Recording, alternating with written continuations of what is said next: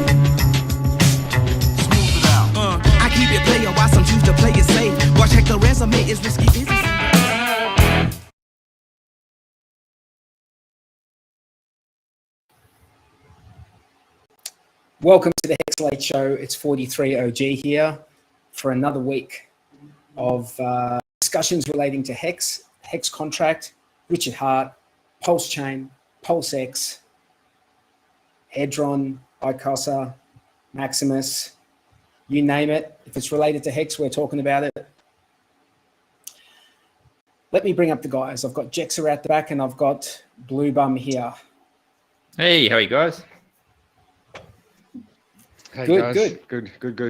How are you guys going? You look like you just woke up, Bluey.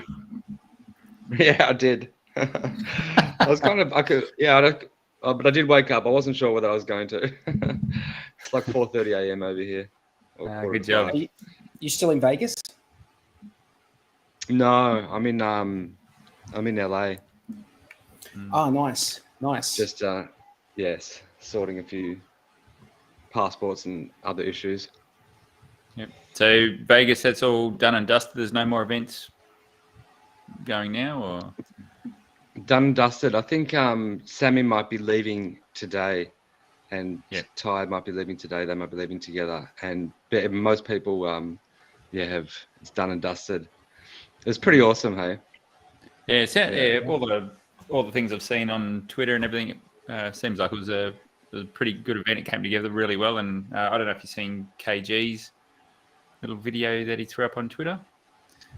It's worth a watch. He was just unpacking his thoughts and feelings, and he said whenever he goes on an experience like that, he likes to think about it a little bit and what he got out of it. And yeah, it sounds like it was a really good event, and I think it gelled the community together a lot more as well when you actually meet people face to face, by the sound of it.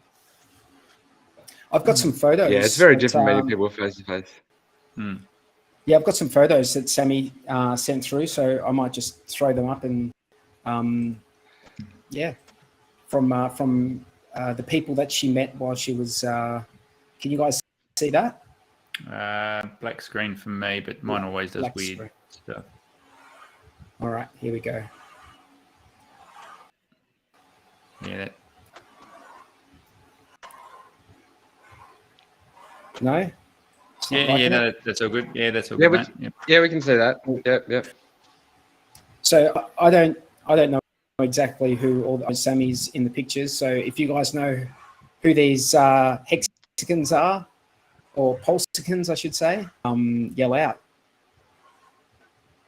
Now, hard to keep up with everyone, isn't it? I'm not sure who that is. It's massive. Yeah. I think this lady has like some. I'm not sure what the name is of the food program she run. Like she makes MoFit. Yeah, that's it. What's it called? MoFit Meals or something along those lines. I have no idea who these people are.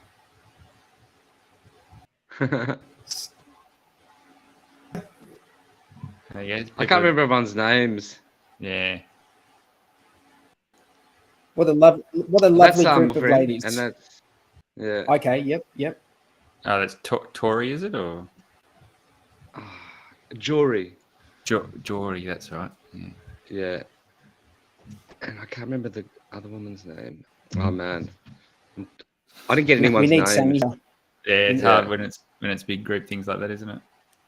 Yeah. Is this Hex? Yeah, that's expensive taste. Oh yeah, it is. Yeah. I have no idea who these people are. Someone in the chat, if you know. Yeah, I'm not sure on that one. I know this guy. Remember either. Brizology. No, Oh Brizology. yeah, there's Briz Rags. and Is Brandon. this Rags Hex- Switches, yeah?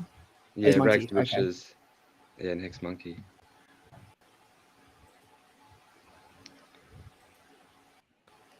Who's this guy? Yeah, Brandon. And that's some weirdo. some creep that was just hanging around. Hey, dude, on Twitter, like, I don't know, someone made me shit for wearing shorts. Oh yeah, what was that about? Not professional. Wearing shorts. He's like, I don't trust anyone who wears shorts. It's like, bro, if you know, like I wrote in that thread, if you know Bluey, you wouldn't trust him if he wears pants. Yeah. I was asked about 2 minutes before that happened to go up on stage. Oh, last minute, hey. Is it Golden Key? No, it was Dip Catcher with Dip Catcher. Dip Catcher. No, but YouTube. With Alex, yeah, from Hedron. Right. Is this Jack? That's is Jack. It Jack Hex? Yeah. Jack. Yep. So many people, like so many prominent people that you guys met. Is this the investor? Yeah, that's Corey. Yeah, he's a cool dude. Yeah, it sounds like he put on a bit of a show, hey mate.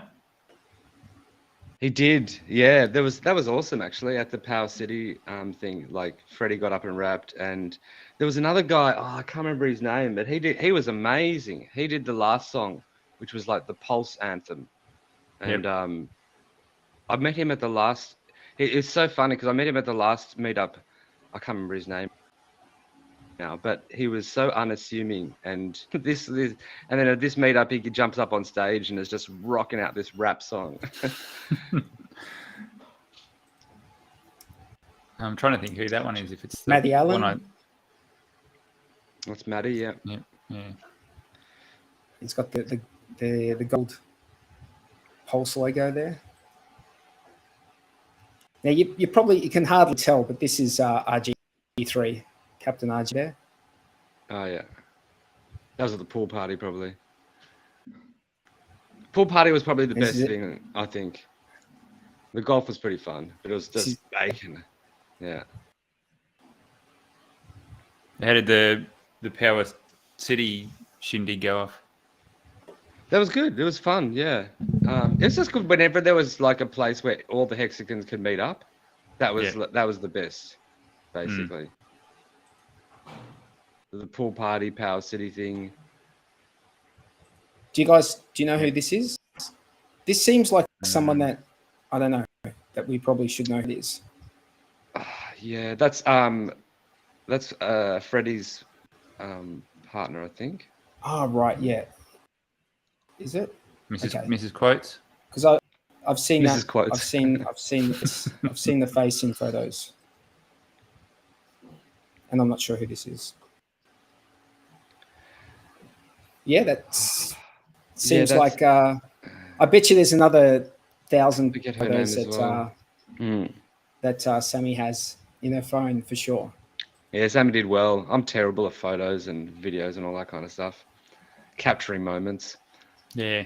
I sit there and talk and carry on and have drinks and that, and then after it I go, was I doing that whole time? Like, but I think it's more fun just to enjoy it and go with be it, in the have the moment. memories. Yeah. It's good. There's other people out there that take the photos. It's nice. It's nice to have like some recollection, like a photo memory of what went down. It's like it's nice. You don't want to be taking photos all night. You know that sort of ruins it. I do it all with my family. I mean, none of our family photos. I'm always behind the camera. So, hey, so I want to bring up this chart here, right? So this here is the Hex ETH chart. So have a good look at this chart, right? So I would say that, you know, in the past over a year, since early June 21, there's really not been a better time to swap Ethereum for Hex, has there? I mean, based on this chart, you're getting for the Ethereum you swap, you're getting more Hex. So there's obviously a little bit going on with ETH at the moment. What's your general feel? Because you would have thought there would have been a bit more pumpage with ETH over the last couple of days leading into the merge, but it's been pretty subdued considering Bitcoin's been on a bit of a rally. Do you think there's if you call $22,000 a rally, like it is, man. That's like over the last couple of days, that's been like 15% or something. 15%. Yeah, I guess so. Yeah. So given how everything's been in the shit for so long. Yeah. Let me just go back. But for it being the master of coin, you know. Oh yeah. The master of coin, and it's you know, we're at this price, you know, just below this price in 2017, 2018. Yeah. I mean, what's the why would it pump? Just because another fork is happening? Like no, just if you mean the potential, or you're saying the potential for the proof of work coins? Is that? No, I think that's a fair few. I reckon that's just a waste of time. I reckon you're chasing dreams if you're trying to cash in on that proof of work. Yeah, that's what I agree. Yeah. So then I'm not surprised that it hasn't pumped. It's more like once it moves into this next phase. So assuming it all goes smoothly, then I guess the value prop of ETH changes somewhat, where you move from miners dumping the price down every day to potentially deflationary if the gas rate gets up high enough, but at least not as inflationary. So I guess there's a pretty big dynamic, change in the dynamic of the actual coin. It's funny. I mean, the elephant in the room is the fees still, though, isn't it? Yeah, that's right. You got to get enough transactions to warrant the fees getting up. I think you need the rate to be up around 15 Gwei or something, 15.4 Gwei if you're being specific, and then it turns deflationary. And it's based on it's a ratio of how many stakers there are, and that's how you determine what the gas fee needs to be to go deflationary. But it was anywhere from somewhere like about, if there's less stakers, I think it lowers the rate, and if more stakers in it, it's higher, is the general theory from what I can see. But yeah, I just thought, given this is a pretty major event that's going on, and the fact that we've seen Bitcoin run up 15% in the last 4 or 5 days. The DXY changed direction in the last couple of days as well, and ETH, and for Hex for that matter, has stayed pretty sort of sideways. So I was a little bit surprised at it. I thought it might have got a bit more of a pump going into it and maybe a dump afterwards. Maybe people are a bit trepidatious as well, because it is kind of like another fork. And last I heard, like 16% of the clients hadn't taken the new thing, and so there was all these miners mining blocks which weren't. This is like that weren't valid or something, and so. I mean, it's a kind of time when you don't want to be doing too much, do you? Just in case. Yeah, that's right. Yeah, so someone's just said, DJ Cryptomatic said, 1 day, 15 hours away. So yeah, I think it's Friday Aussie time. I'm not sure exactly when, but Shout out to DJ Cryptomatic. Yeah, we missed his music at the parties.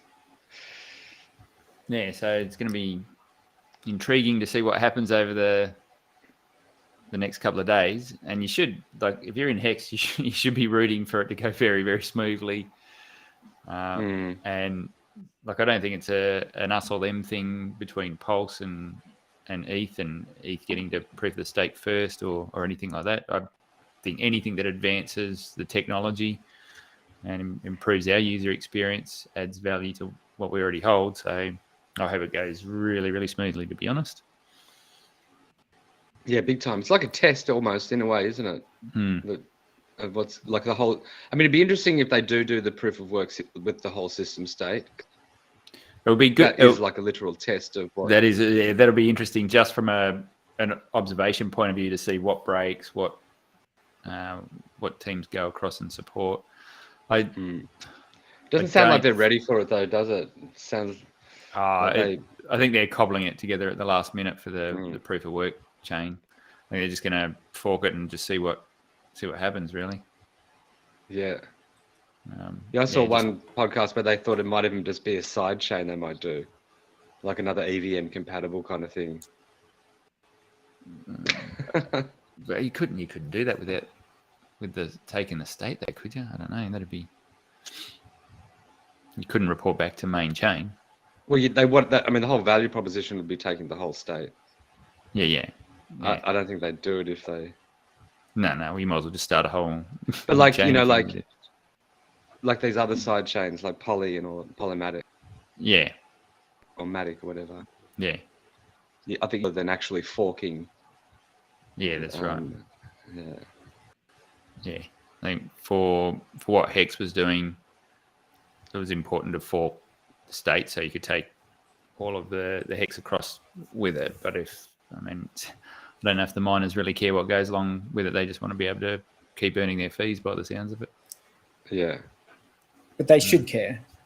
Oh, they should, yeah. But because it's not gonna work. It's not gonna work out if nothing's usable. It has to be usable, and that's why Pulse Chain is going to be great. Because if you played around on the testnet, you can use the DEX, you can use the bridge. Things work and it's quick.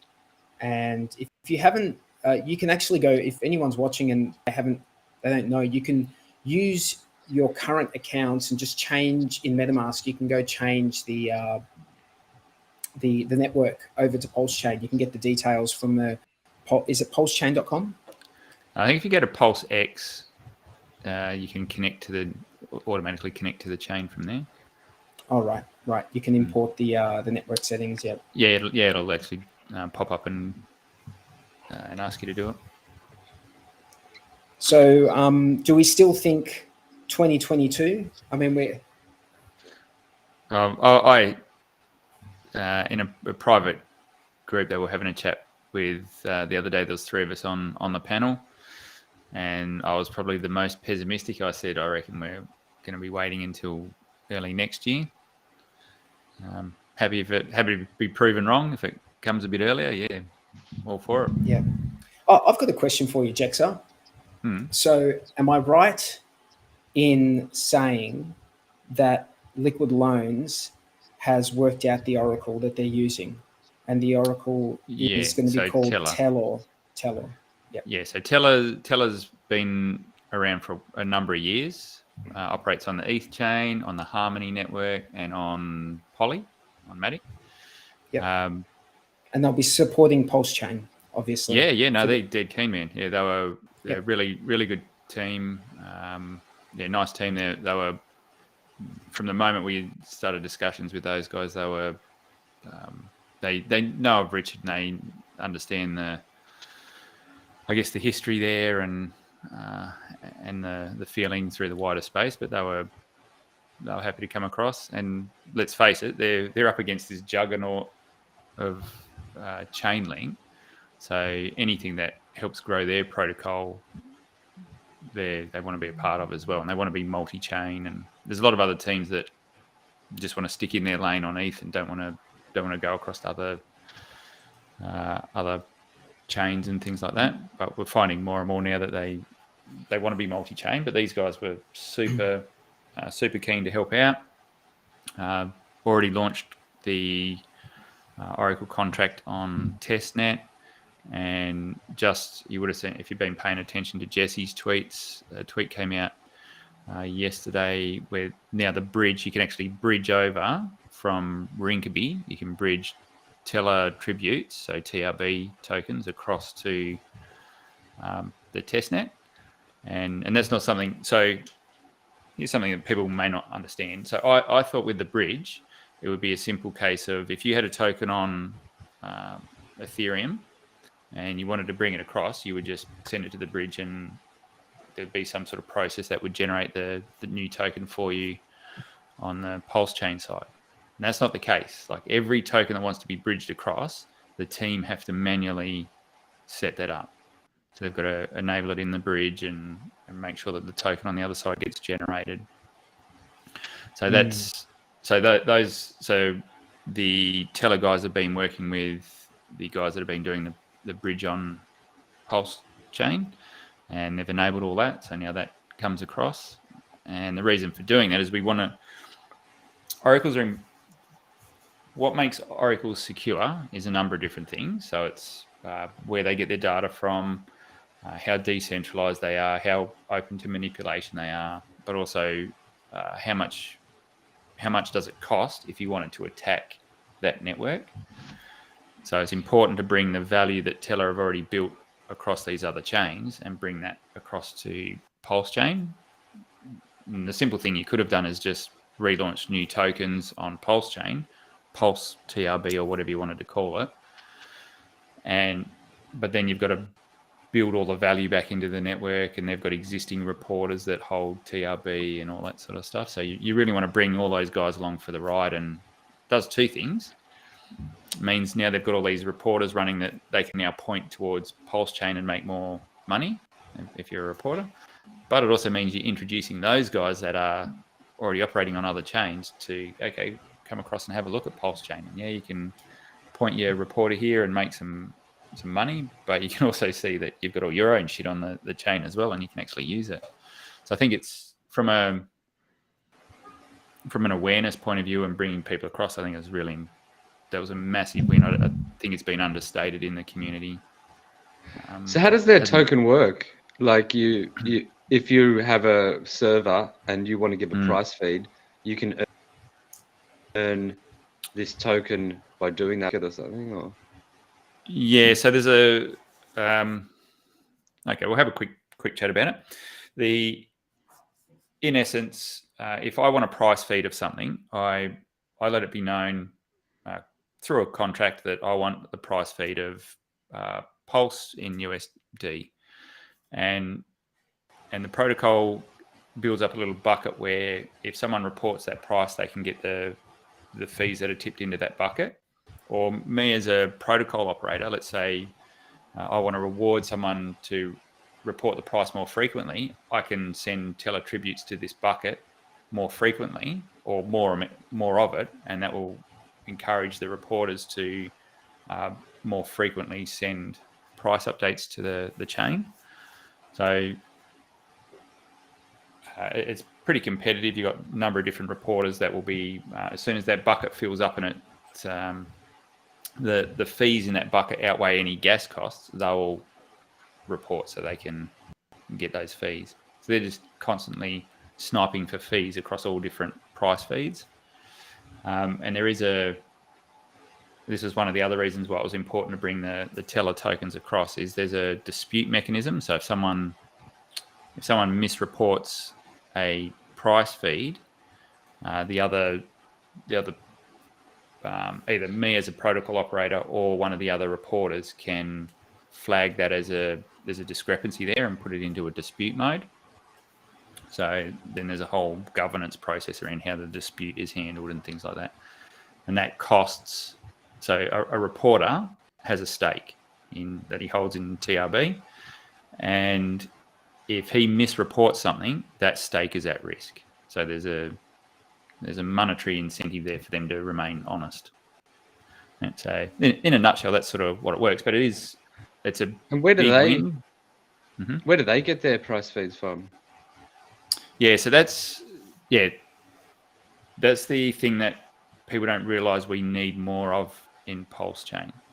And as much as everyone shit cans centralized exchanges and things like that, you need price feeds from a multitude of places. CoinMarketCap probably has an API they publish that people can pay for or subscribe to get price feeds. Binance would have one, Kraken would have one. Like all these other service providers will publish their APIs. So reporters need to go in and tap into those price feeds and aggregate all the different price feeds so that they can report for you.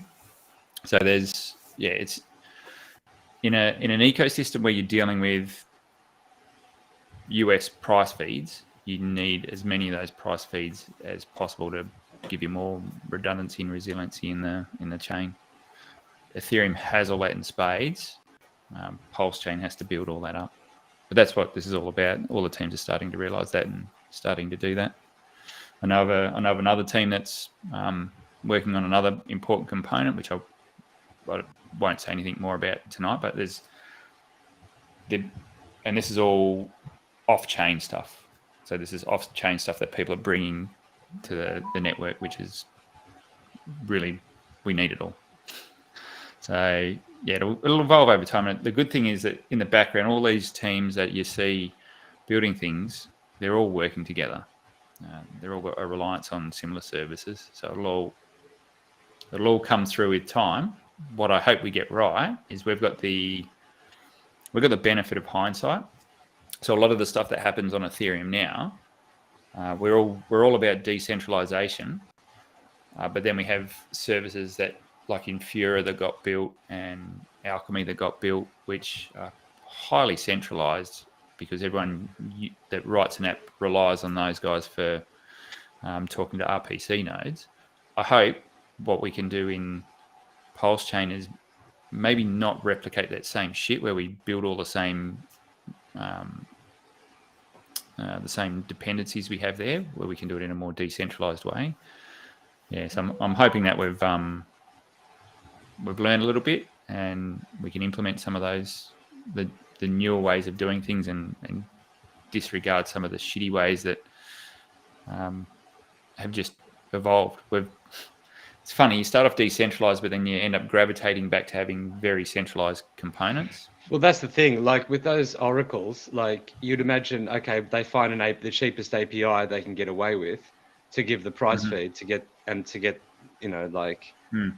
these tokens or whatever. And it's like, will that kind of centralize to just the cheapest price feed API that they can get away with?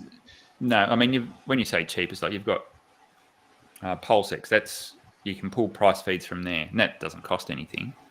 Yeah, no, we're talking about like other chain stuff, like the USD price basically coming in, hey, but Ethereum or Bitcoin.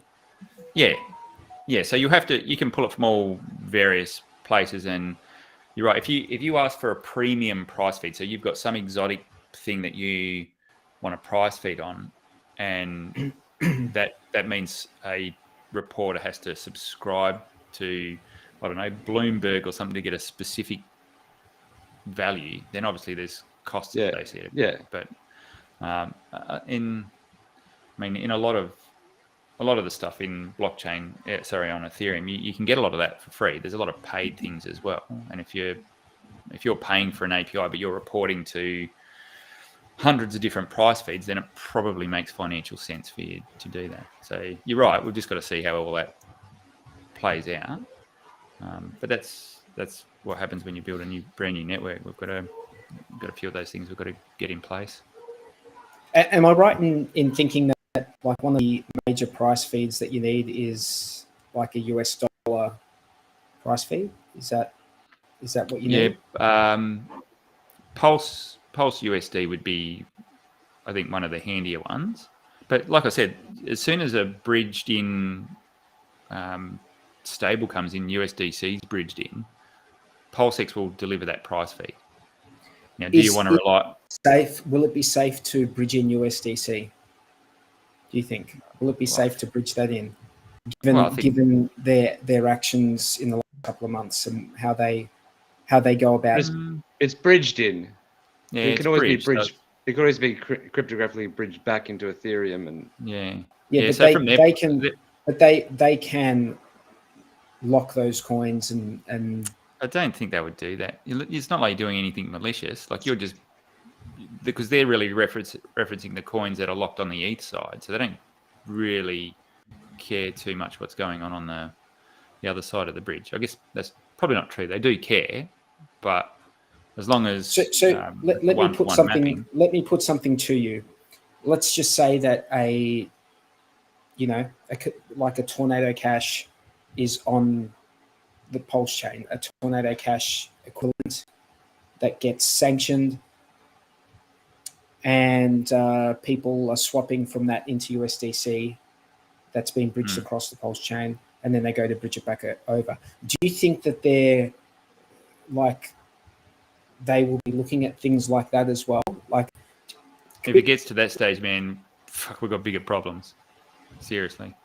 Like, actually, I'm of the opinion that we shouldn't be relying on, USDC anymore. We should not be. Yeah, no, I totally agree. I totally agree.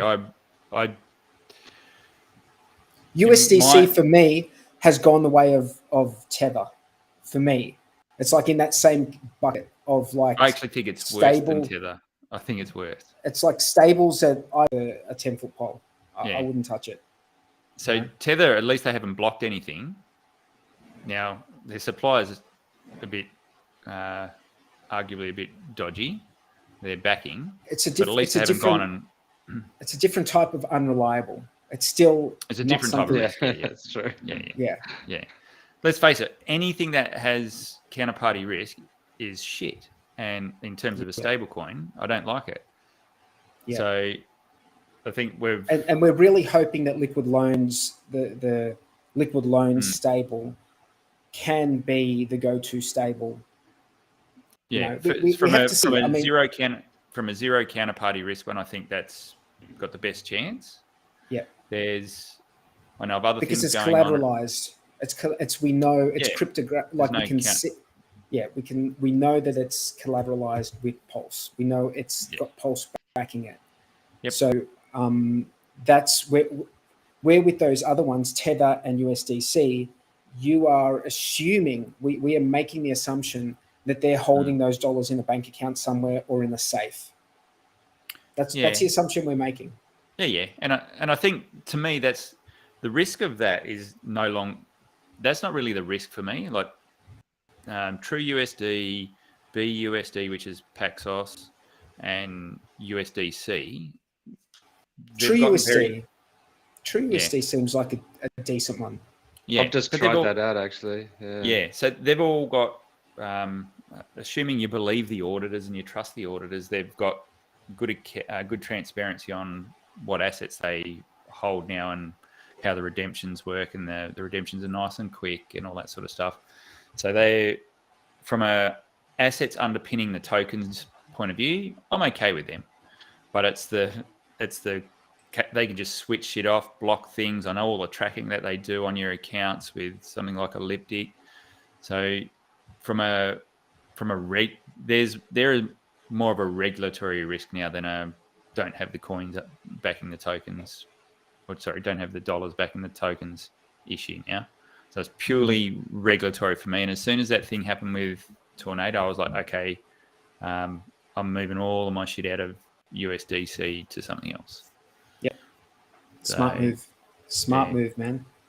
Yep. Yeah. So that's my take on it. And that's way back when I first looked at the liquid loans code or the protocol. For me, it wasn't about the lending and all that sort of shit. That can be a useful part of the system. For me, it was all about the stable coin, because I'd seen where this space was heading a couple of years ago. The writing was on the wall with all the shit that was coming out of the government in terms of what they wanted to crack down on and how the central bank digital currencies, like you could see that a mile off. That's where it was all heading. So for me, and I don't care whether it's if it's liquid loans, great. If it's some other protocol that brings a really good stablecoin to the platform, I don't care as long as we've got one that we can use. So you know what this has brought is that we're starting to see the crypto industry push back now. Like Binance basically said, we're not using USDC, we're going to use our own, and they've got it through Paxos or whatever. Yep. Their stable coin. And then we have Coinbase saying they're going to fund legal actions against the Treasury. Yeah, I reckon that's awesome. Like it's self-serving, but it's good to see that they're actually doing that. So I think there's a group of like six.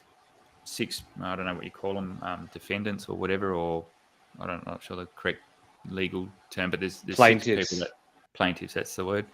So there's 6 plaintiffs, and then Circle is basically going to cover their legal costs, which is awesome. Coinbase is going to cover that. Coinbase. Yeah. But they're not doing it to be kind to those guys. I think they're looking further afield and going, okay, well, if we're going to have a big stake of ETH potentially, no one's going to want to use, but also no one's going to want to use USDC. Yeah, and they've kind of put they've kind of got their USD. Their thing is USDC. Yeah. So basically, but that's fine. They don't lose regulation. Well, they don't lose anything out of that. Well, they do if no one wants to use their stablecoin. No, they don't. They lose the business. But as far as dollars, the business, the USDC that they've got, the USDC that they've got, they should have that somewhere in a bank account backed, like fully backed. Yeah, but it's not about the back. It's not about the backing. It's about usage. It's about customers, using something that's. And so the thing is, with this central bank digital currency, that's exactly. It's like people are not going to want to use it. I mean, they've come up their regulation they'll be forced solution. They'll be forced to use it. They'll be forced. How can you force someone to use it? Because we've got these other options it's going to be because what will happen is that your average Joe who's not in crypto is going to be using that. Right, the average Joe is going to be using that central bank. There'll definitely be a divide. There'll be a technological divide, I reckon, between people that understand the technology and won't use it, and people that have no freaking clue and just go, "Oh, this is awesome! I can send my mate money in 2 seconds." But every time they use that power, that centralized power, it becomes less attractive, and less people will want to use it. But so how? It's just a dead end game. How far down that road do you get before people realize that shit? I think they can both coexist for a period of time. They can coexist. And I think that the central bank digital currency is going to bring more adoption to real crypto. I think people are going to be in crypto. Ironically, that's what could happen. Yeah. It's so funny that there's solutions they come up with for regulation. And they're all going to come short, aren't they? It's going to be interesting to see what happens over the next 20. It's going to be 20, 30 years, right? It's going to be like 20, 30 years of just. It's going to be that long? Yeah. I think it could be quicker than that. I don't think so, man. I think they can kick the can down the road for a long time. You reckon? I think they're pretty keen to get something in place. When it happens quickly. I think. Yeah. It seems like the speed with which they're trying to do this has ramped up a lot the last year or two. Maybe I didn't explain what I was. I think the central bank digital currency will come in pretty quickly, but I think it's going to be 20, 30 years before that isn't working the way they want it. Like before we realize, well, not us, but I think it'll be I think about 3 months. The wider 3 months, you reckon? Someone's going to hack it. You really don't have much faith in governments. At all. Well, first of all, it's a honeypot. So every hacker and their dog is going to be they do apparently they hack Swift all the time. We just don't hear about it. Yeah, this is something they want to advertise. People would want to do it. That's the other thing about a centralized entity. A centralized entity is the target. You've got a target. Hackers have a target, And I'll guarantee you, governments it's a won't come victimless up crime. with a technological solution to stop. Yeah, it's a victimless crime. Human So innovation. no harm, no foul if you're going after the government stable coins. So this what's going to be interesting to watch is how we've had a couple of countries make Bitcoin legal tender in the last year. So what's going to be interesting to watch is when we have our next, if the next all-time high in Bitcoin happens, and those guys are no longer in the red, they're in the black, and they've done really well. I wonder whether that's going to encourage some other states to do the same. Because right now it's not looking like. And what's interesting, they should probably be getting in now because prices are a bit lower than what they were before. But they'll probably get in at the highs. They'll probably get in at the highs, just like noobs. My thoughts on that is it's less about the speculative play. So it's more about if someone, and I think I can't bring up the sources, but there was two. There was one to do with Russia accepting crypto for oil, and I think it was Iran or something that was going to do like 10. Yeah. Iran was it? Yeah, was going to do a $10 million payment with crypto or something. Yeah, so looking at it. Yeah. So it's less about I want to buy it for the speculative nature. It's okay, there's all these sanctions in place, but we can freely move currency. We can move value between our countries using it. They don't need to be exposed to it for any length of time. It's do what you need to do, and you're out of it again. So it's just that value transfer, that remittance type stuff across border, where you got to avoid all these sanctions. Yeah, the problem is the volatility. The problem is the volatility still. Like you don't have a stable kind of price really when you're transacting at that level. But when you start using, and that's the importance of the stable coin thing as well. So when you start using stable coins for that, it's just all you're worried about is the rails that you can move value across. Yeah, maybe. But that means coming up with I mean the BRICS nations like Brazil, Russia, India, South Africa, China, it looks like they're going to be coming up with their own kind of currency, and other countries are going to drift over to using their kind of financial system, because the American one is just full of censorship and restrictions and it's not. They're printing ad infinitum, and it's not fair, and it's all. And everyone else has to wear the.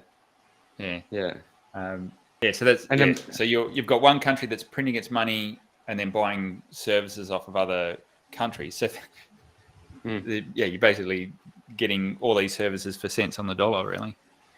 It's not good for them.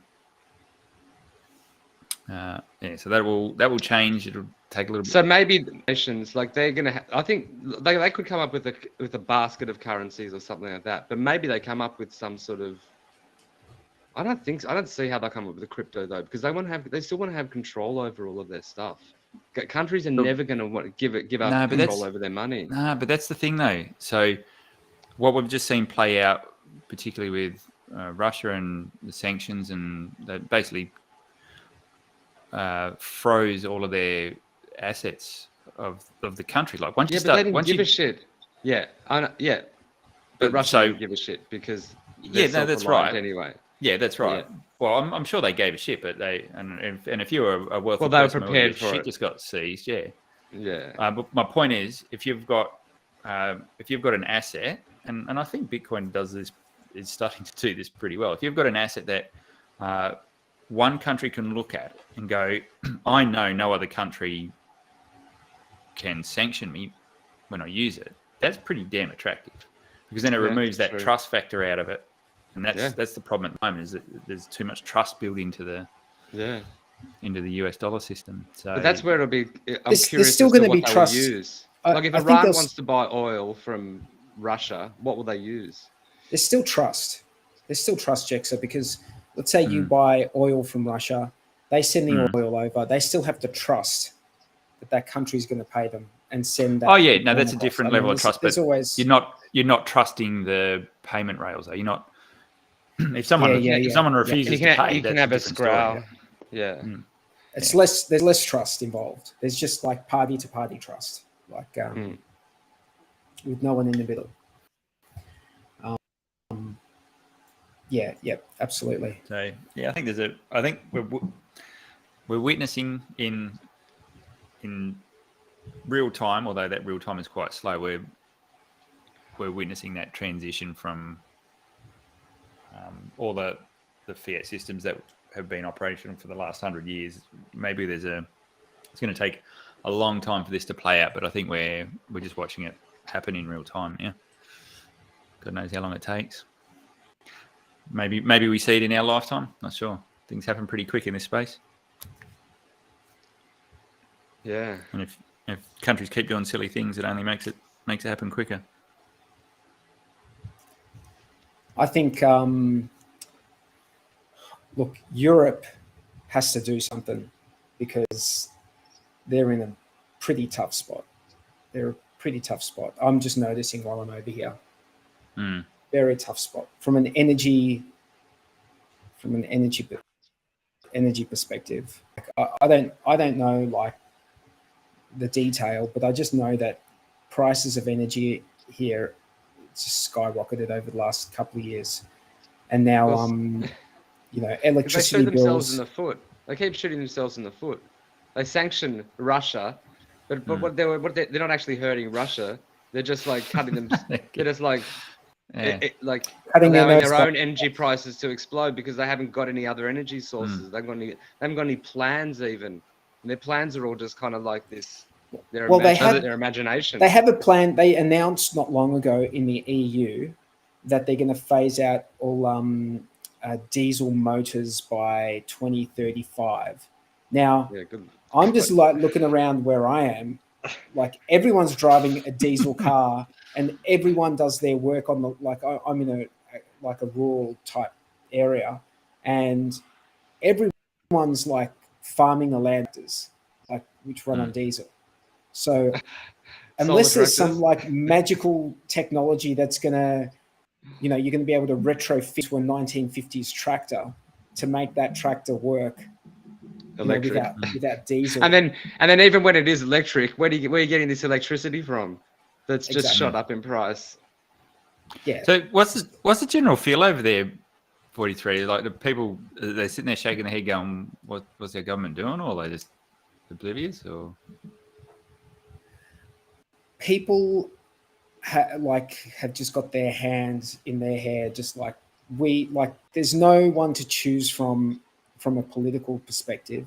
Like, who do we choose? Like, nothing we do, no one we vote for makes anything better, right? And they're just like, they feel completely helpless. And I have this discussion with people, and then I immediately segue into crypto with them. I'm just like, and they just don't like it. It's hard to convey how crypto is going to make the difference. It's going to make the difference if they get into that, because what you're doing is you're not supporting that financial system, in the same way when you're fully in that legacy system. If you're in crypto, then you've got 1 foot over here, but you've also got 1 foot over here. But yeah, dude, they're just like, there's nothing we can do about it. That's like, most people just feel helpless that there's nothing they can do about it, Yeah, it's interesting times. You just sit back and you're watching it all unfold, and how can you seriously make? And obviously, there's a lot more going on that we don't understand, or we think we don't understand. But how can they repeatedly make just such stupid decisions and lead? Because the right hand doesn't know what the left hand. Yeah, the right hand does not know what the left hand's doing. It's not, the system is not. It's not a good system. It's not a good system. And I'm not just talking about here. I'm talking about like almost everywhere in the world. Yeah. It's not a good system, because all the politicians, they know all the loopholes. It's not. I don't think, in most cases, I think most politicians go into politics really wanting to do what's wanting to make a positive change, wanting to make a difference. But ultimately, they're faced with these old structures, old ways of doing things, and it's very hard to change them because a lot of them are rooted in the constitution of that country. So it's hard to change those things without having referendum. Once you go and try and have a referendum trying to change something, you're always going to have the other side who fearmongers about that. So it's a very difficult situation. Sometimes the best way into a new way of doing things is just to starve the old system of. So, yeah, that's it. Yeah. And that's what crypto can do. Crypto starves that old system. It's going to take time. It's going to take time. It's going to take people. It's going to take merchants accepting crypto. People being able to spend their crypto for real world services and products. I think people need to realize the insanity before they can step back and just observe it and let it play out, and like you say, be part of what is getting built to ultimately replace it or improve it. But unless when your head's in it and you haven't got that perspective of sitting back watching what's going on, it's hard to. It's like the fish in the fishbowl. He doesn't know what the hell is going on outside of that fishbowl. So how do you get people out of the fishbowl? That's the problem, I think. Yeah, that's a big problem because there's tons of misinformation. Yeah. Oh, yeah. It is. It's just misinformation overload, and people are just fucking running around confused. Like, they've got no idea what to believe. Scared. People are scared. When you mention crypto, like the people I mentioned crypto, they think you're seriously. They think you're a loon. You're in crypto. It's like they just think you're a loon. That's like where they're at. What was RH's comment? The loon birds will be the ones that end up owning up the 1% or something. 1%. I'm happy to be in that camp. I'm happy to be a loon bird. I keep telling him, I'm just like, hey, if you've got a chance that something could do amazing, like have an amazing amount of appreciation, wouldn't you just throw something at it and just like sit on it for a few years and see how it goes? I mean, I think that's the gateway drug to this space, isn't it? It's the promise of, promise is not the dream of mad gains, and you hear about all this, but it's when you actually get involved in it, and if you get past I just buy a coin on, leave it on an exchange sort of phase, and you actually start to learn about it, once you get sucked down that vortex, it does open your mind up to a lot of other things that are going on in the world. I think it's just getting them down that funnel of that vortex so they can get a chance to see what's going on. So I'm going to like sort of do full circle and come back to the name of this stream, which was guaranteed yield, because ultimately that's what everyone's looking for, yield. So that's what the HEX contract promises, right? The code in the contract promises you guaranteed yield in terms of HEX, which is what you stake. I've said this many times. I think that HEX, like beyond being just a crypto savings, term deposit type thing, I think it can be the pension plan for the world. I think it can be the pension plan for the world. People just start creating their ladders. Start creating your ladder, I think my true belief about what we're witnessing at the moment is a value layer being built with HEX, and that was what we started to build since launch, and now we're starting to see that next evolution of things being built on that value layer. And the same thing happened with ETH. That was and HEX is part of that as well. But you're getting all this value layer kept getting built up on ETH, and we're starting to see that with HEX now, with all the perps that have come out and ICOSA and things like that. The more things that get built and use HEX as that underpinning value base, that just keeps adding more and more intrinsic value into the protocol. So I hope, it's been awesome. This this past 12 months has just been fantastic to see everything that's come out and how the system is, the ecosystem has sort of grown. And when Pulse Chain hits, man, it's the lid's coming off that because that's a game changer. Yeah. Yeah. I'm still hoping it comes out in the next few months. Like, I'd love to see it, man. I'd love to see it come out in the next couple of months for sure. I'd love to see it come out before the Hedron auctions start, so you can have those on both chains.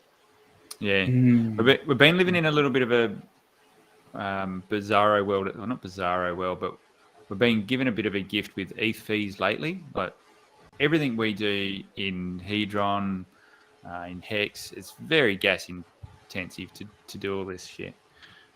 We've been given a reprieve over the last probably 3 or 4 months. So that's been really nice to be able to tinker with all of these things on the ETH network and do a lot of the stuff that would normally just be cost prohibitive for people to do. So that's been a nice reprieve.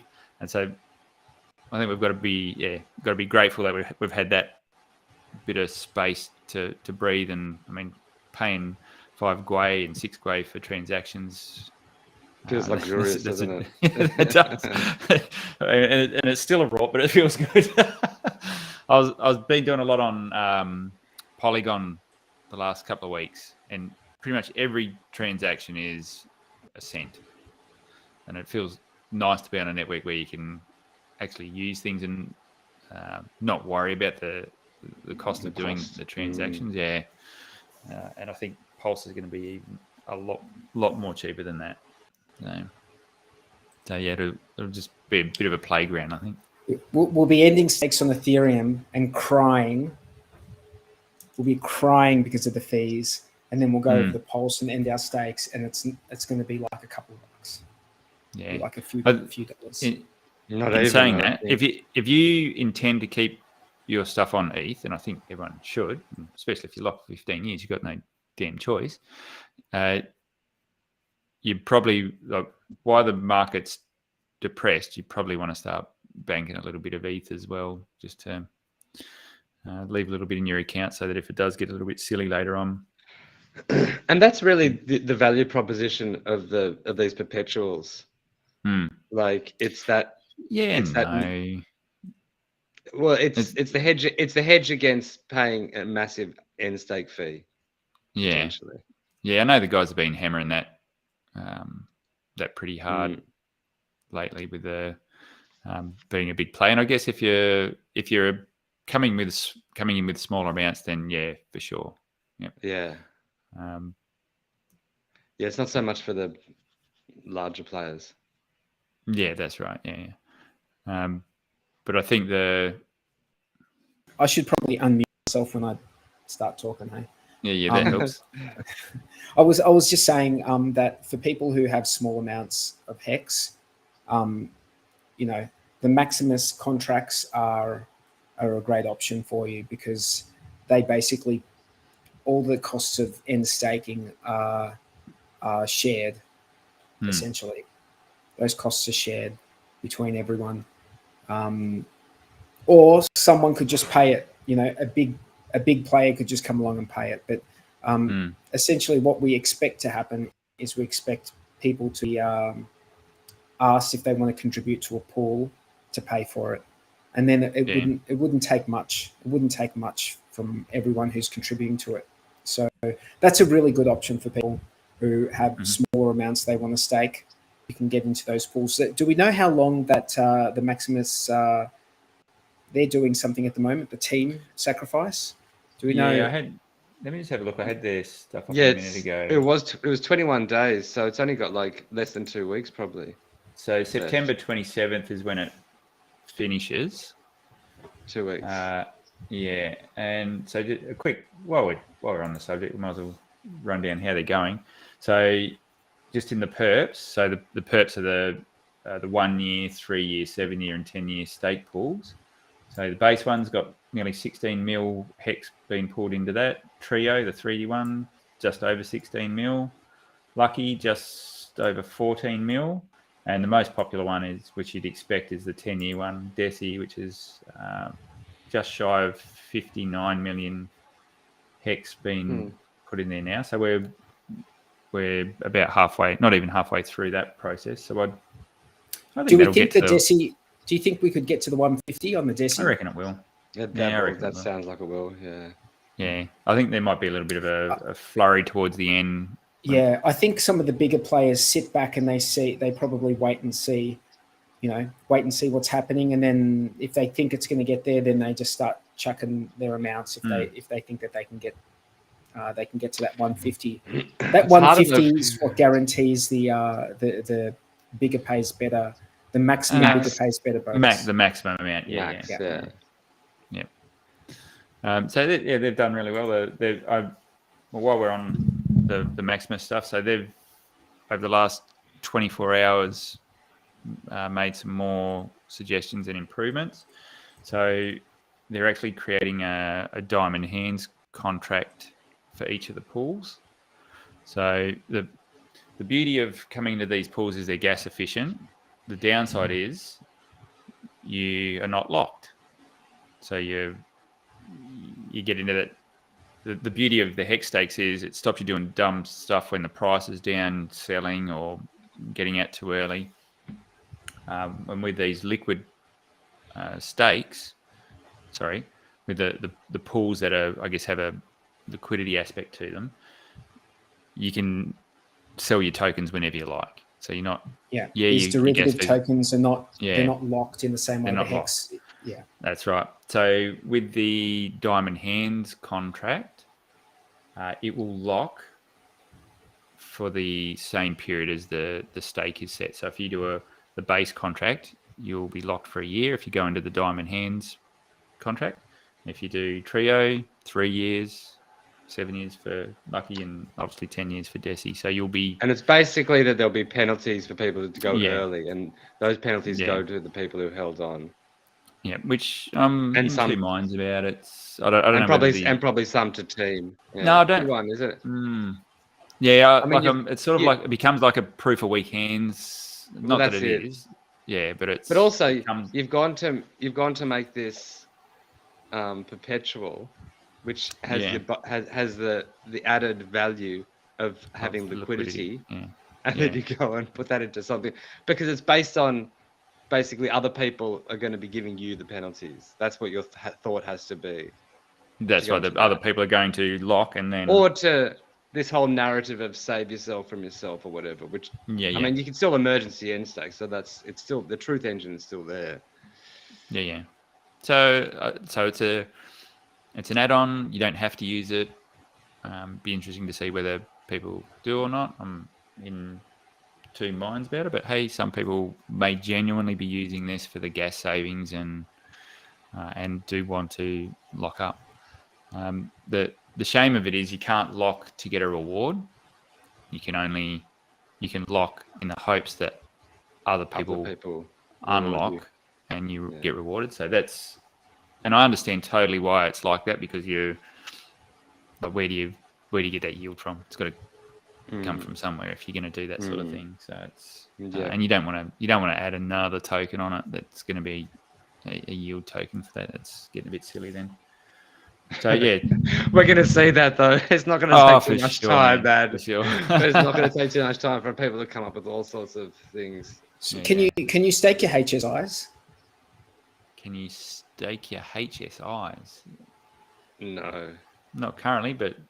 Not currently. I don't see why you couldn't. Not currently. Yeah. Not currently, because a HSI represents T-shares. A hex stake. A hex stake. So you've got T-shares in that HSI. Plus, it's also earning Hedron. So potentially there could be another lockup mechanism. Well, that's the thing. It actually makes sense to make a lockup mechanism for your HSI. Because it makes sense. It actually makes sense. Yeah. So there's going to be so many, think about, we're just talking about these tokens right now, like the stuff in Maximus DAO and the Hedron ICOSA ecosystem.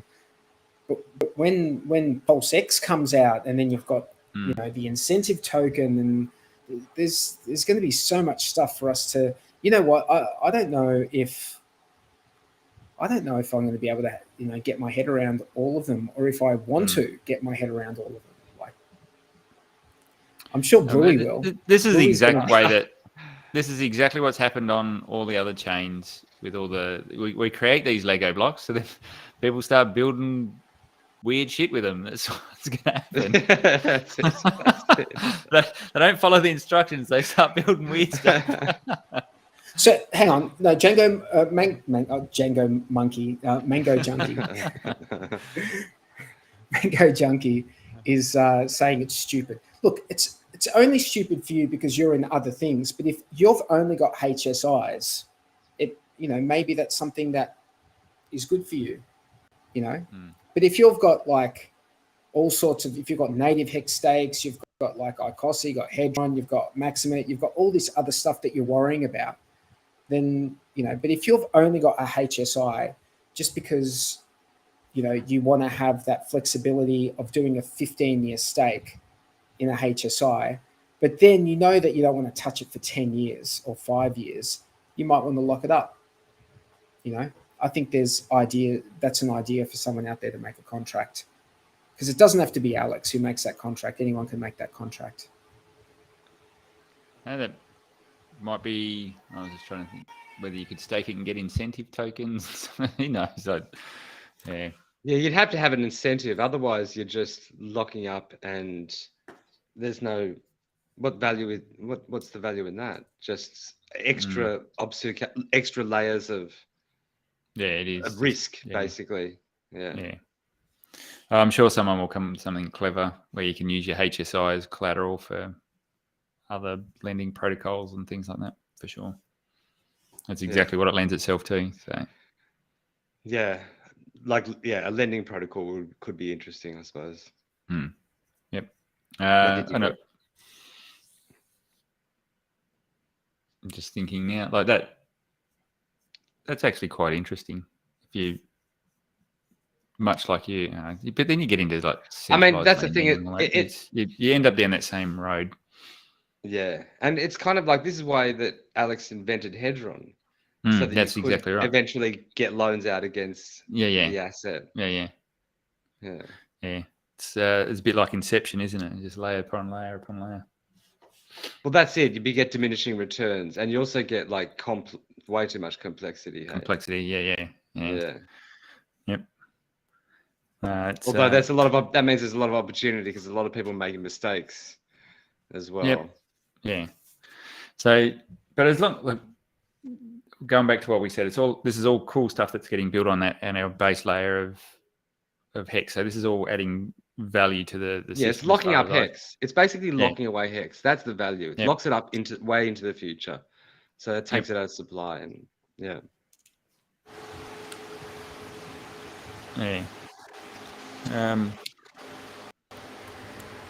Sorry, guys, I had to. That's right. So, crying baby in the background. It's not good for live streaming. So, does anyone think we're decorrelated from the rest of the market yet? Feels like it, doesn't it? We've watched Bitcoin go up 15%. But ETH didn't go up, hey? ETH didn't go up much. A lot of the other market where Bitcoin going up, there was a few things that had turned green. We haven't. We've just gone straight sideways. But we've had, I don't know if you've been paying attention, we've had a bit of headwinds. They've had a couple of accounts that have been offloading a fair bit of hex recently. So I think that's nice. That's what's suppressing us at the moment. Yeah. So there's one account that's fine. One account that's just started up again today, and they've got another 50 million liquid hex that they've got sitting in their wallet.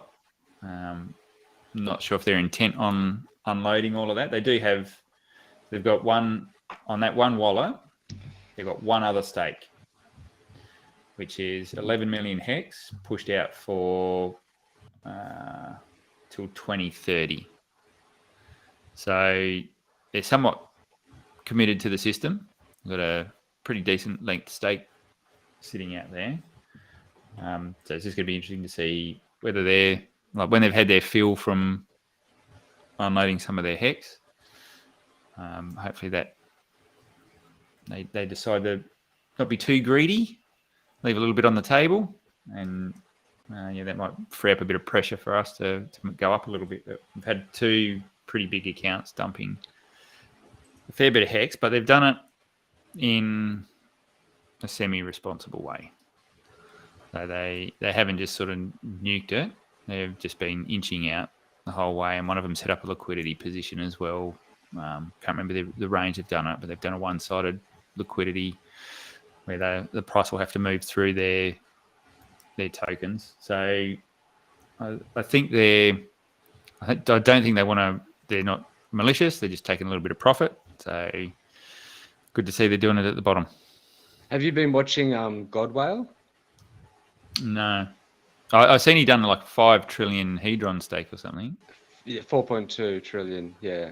Yeah. So he's smoked. He's like just become a massive male, like a 4% of the supply or something like that. Staked Hedron. Staked in Hedron, which means we'll be getting a ton of Icosa in a year's time. So he'll have a big position in that as well. But the other little secret is that he's also been selling a bit of hex for USDC. Right. Okay. So what's a little bit of hex? I can't remember the thing, so you'll have to go and research that yourself. But yeah. I think I was checking out that. Is that the C5 wallet or something? Is that one? I can't remember. These are talks I was having with people.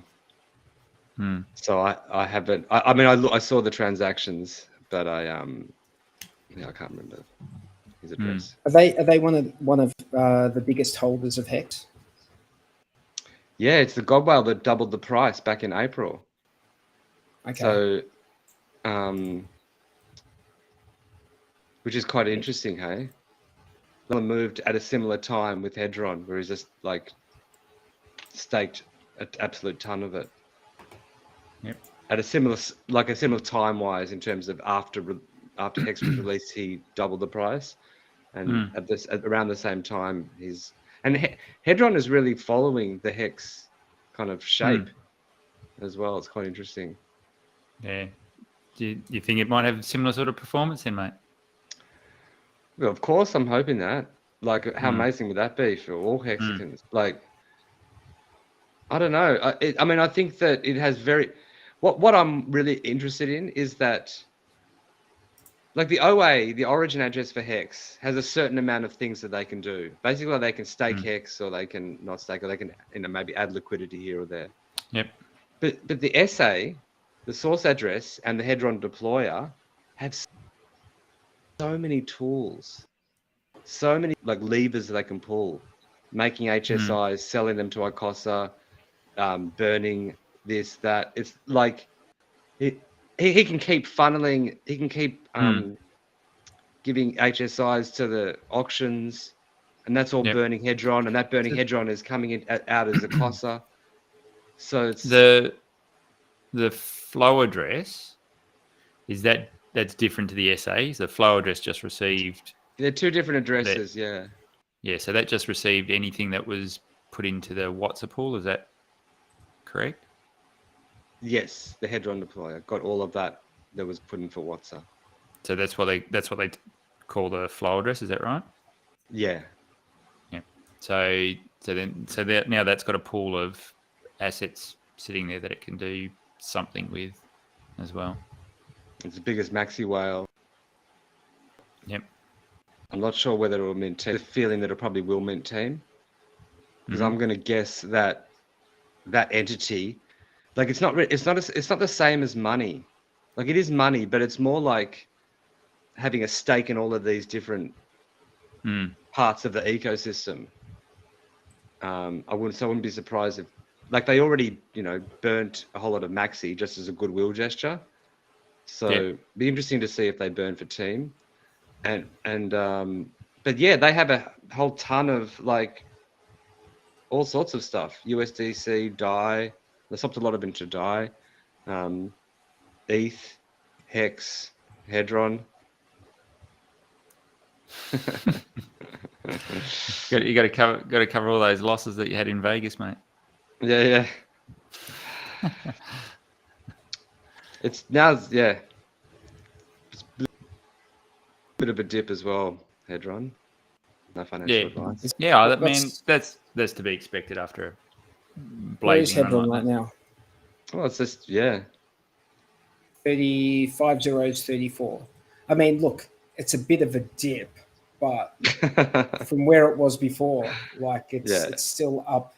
Yeah, still like, massively up. The last few months have been it's up 300%.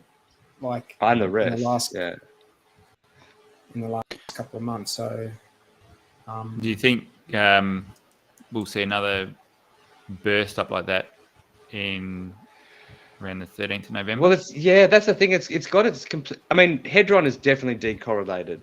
It seems. Yeah. Oh, it's and in my mind, it's in that price discovery phase still. Yeah. And it's got its own kind of all sorts of tokenomics happening, like with the auctions coming up in 3 months. That's a massive event. So is that a buy the something and then sell the something? Probably. But also, it's like it's going to go on for weeks because there are still HSIs being put in. I don't know if it's someone's doing it. So they're going to be coming out for quite a while. Like it's going to be that first week is going to be ridiculous. Like 4,000 in the first week. I think it's up to 5,000 or something now. Is it up to 5,000? Yeah, it's crazy. Maybe that'll be spanned over because they've obviously gone in at different times. But that's huge. It's going to eat up. It's going to eat up so much Hedron. It's going to eat up Hedron, and it's going to produce ICOSA. So does that mean ICOSA is going to drop even more? Yeah, I'm not bullish on ICOSA. I think if anything out of the three, the value is going to flow to Hex and Hedron, and ICOSA is going to be more. It's where that because as the Hedron gets burned and as so that means Hedron becomes more valuable.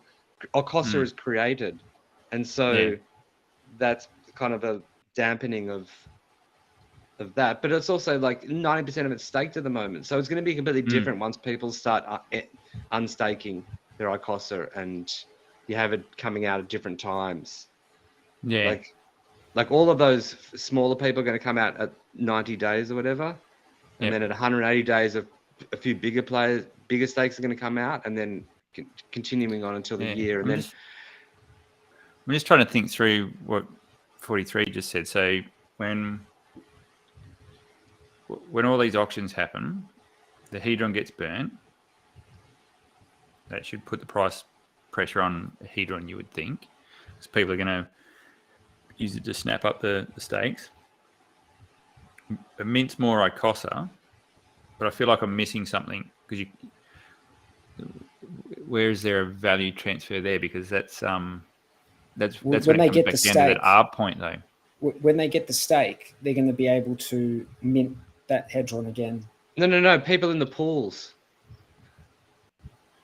I mean, when they're going to be minted, as days are served, they're going to be able to get more Hedron or whatever. But the point is like, as soon as Hedron is burnt, that basically, whatever is burnt in that day divided by the T-share rate is how much ICOSA is given to each pool. So the Watsa, ICOSA, and the Hedron pool all get lots of ICOSA from that Hedron burning. It's kind of like a stock split in a way. You're sort of transferring the value from the Hedron into the ICOSA. Well, no, it's the other way around. It's like the ICOSA is taking the pressure. It's like and so if Hedron gets too valuable, that pressure leaks into ICOSA. So there's a value transfer from Hedron to ICOSA. Yeah, that's what I'm saying. Yeah, so but the very virtue that you're giving up something of value and turning it into. But the thing is, you can weight yourself into these different ways. Like how much you want, if you want to have ICOSA or stake ICOSA, or if you want to try to become a whale within that system. When you stake ICOSA, you get ICOSA and Hedron, right? But more ICOSA, it seems. Yeah, the Hedron. it really depends on how many HSIs are being given up to the contract, because that's where the hedron comes because from.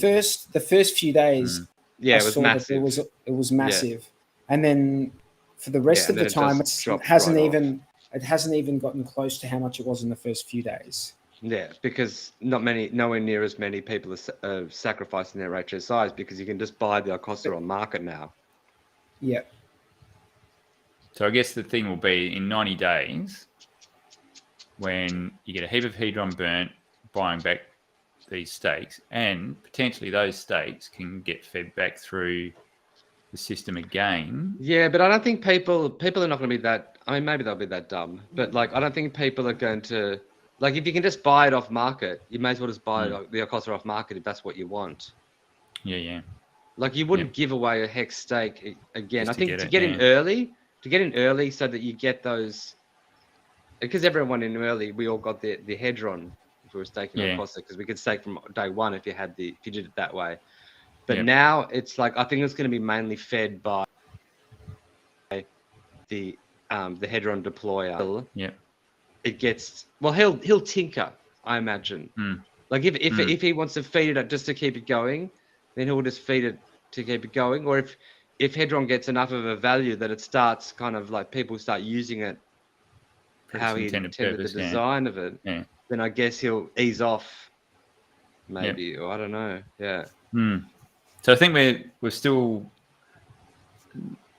got another 12 months or so, you reckon, before this all starts, the system starts to mature up and we see where it's really heading. Like the next 90 days will be really good. That will give us I think that's designed to sort of ramp the process up a little bit.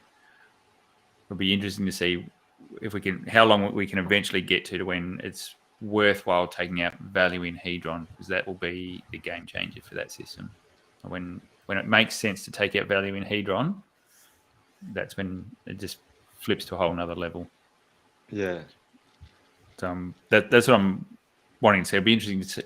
We thought it'd be a couple of years. That was before we knew everything about Icosa. I think that's brought it forward. Yeah. Maybe it's a 12-month sort of thing to see all this mature, and it depends what happens with Hex and stuff as well. Yeah, I think Bitcoin just dumped from 22,600 down to 21,400. So it's fallen below a key in half an hour.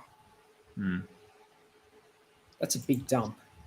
So, but that's really been hinged upon. It's like a 5% dump. You know why though? Have a look at the DXY. DXY just pumped. So it's buying American dollars. Yeah, so obviously maybe they got a bit of news, because that's the rate announcement comes out or the inflation rate announcement comes out in the next day or two, doesn't it? With the Fed, I think. So maybe people have got wind of what's going on. It's funny how we're just instantly hooked into that system now. Like whatever happens, that's what's driving the price of Bitcoin. Really? So, and it just drives the rest of the market. It's basically all eyes on what the Fed's doing at the moment. That's going to determine what kind of market we have, I think. That comes. So what's that hint? What's that hinting that inflation is going to be more than what we think it is? Yes, either it hasn't peaked or it could be rising or whatever, and then the only way they can fix that is crank up the interest rates there, which then makes the dollar worth more, and obviously any assets priced in the dollar worth less. So that's pretty much what we've been watching play out over the last few months probably longer with the market. And that's what, just circling back, that's why I said, do you think we're decorrelated? Because it was interesting to see Bitcoin going up and Hex not. And obviously that was because there was some sellers and things like that going on. What happens if those sellers just go, okay, yeah, I've had my fill now, I've got what I need out, and that sell pressure's removed? Are we still decorrelated in that aspect, and that's be really interesting to see if the sellers can just let up for long enough to give Hex a bit of room to breathe. We might actually see that we are decorrelated. Just hoping they ease up enough so we can get a little bit of breathing space. Mm.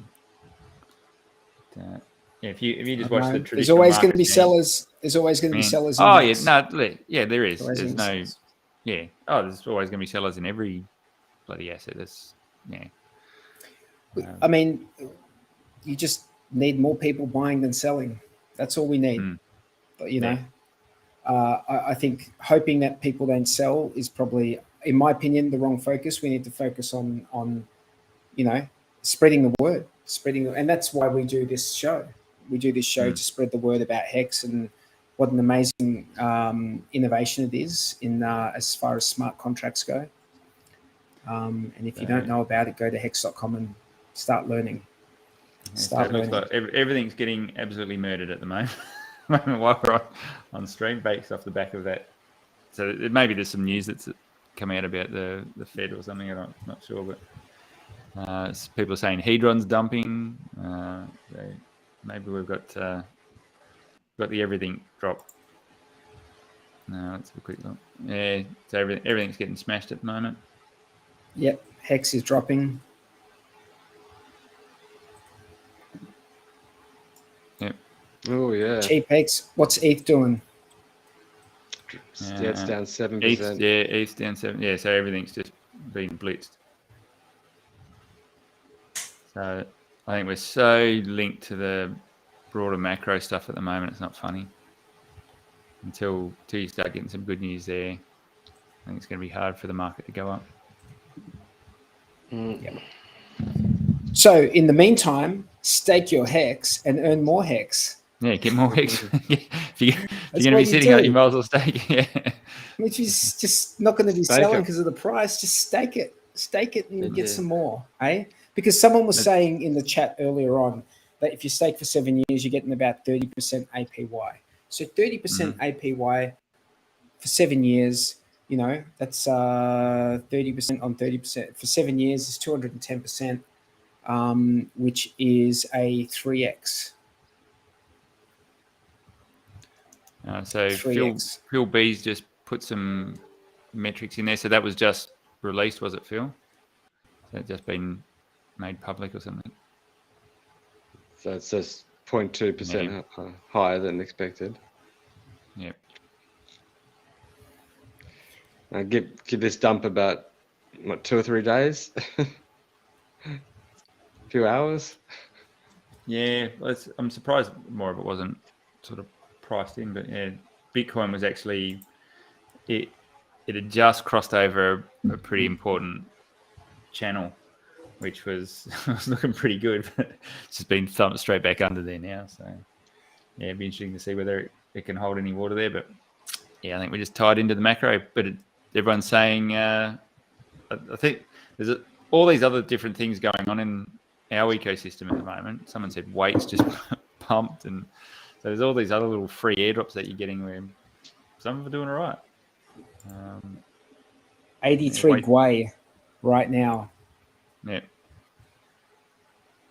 83 Gwei. 83 Gwei for a transaction. Jeez. Dude, remember when 83 Gwei was cheap?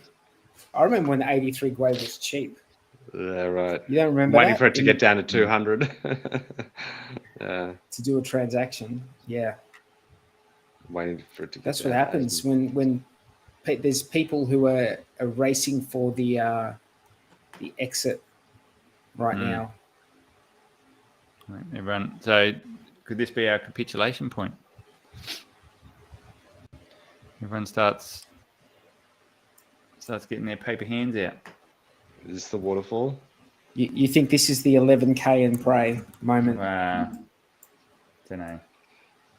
Could be. I mean, but the announcement will wash over, and then normality will return. Yeah. So an 11K. How much can you price it in? Like if they've just dropped that figure, do you keep pricing it in, or is that everyone's just reacting? Yeah, it's total reaction. reaction based on what everyone else is going to do. Yeah. Because really, Everyone. it comes in at 8.3 and they projected 8.1. Like, is that? Yeah. So I think it's just And everyone knows that it's knee-jerk. it's way more than that anyway. Like those numbers Yeah. are all kind of crap anyway. Yeah, that's right. What's it actually mean anyway? Manipulated numbers, it comes out at what they want it to come out. Yeah. Yeah, so there So you go. it's so like if we are going down at 11K, if we do get down to 11K, as Richard Hart has repeated multiple times, 11K and pray. If that does happen, are we going to see like a 50% drawdown in the hex price as well, or more, or less?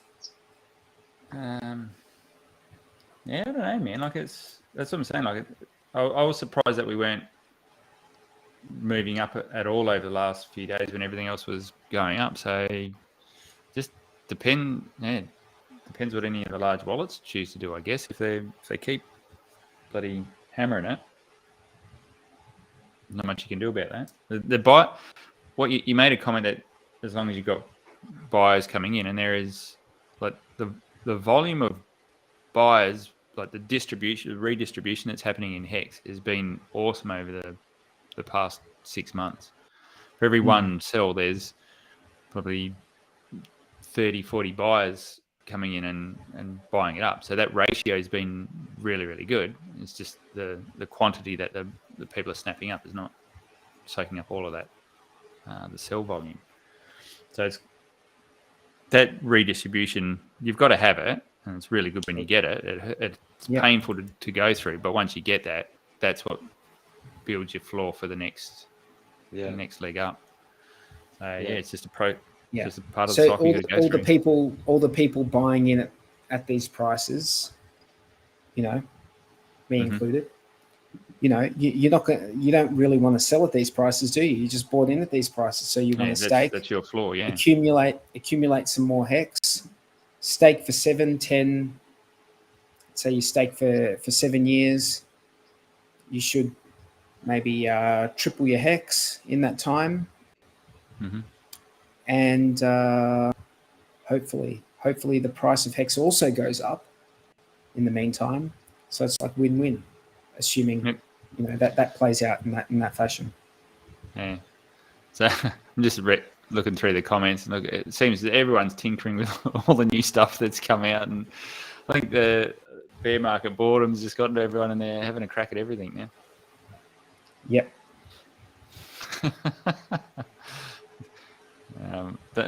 Fine to play with those things, but just there's things that are tried and tested, and got a lot of economic energy locked up in them, and a lot being built around them. So have your fun tinkering, but just remember what you're playing with. Exactly. Like, what made Hex so good in the first place? I think a lot of people have forgotten that. Hey. Yeah. Easily forget when you're trending down. It's easy to forget that, but the day will come when that will spin back around, and you might have left a little bit more on the table than what you realised. Yeah.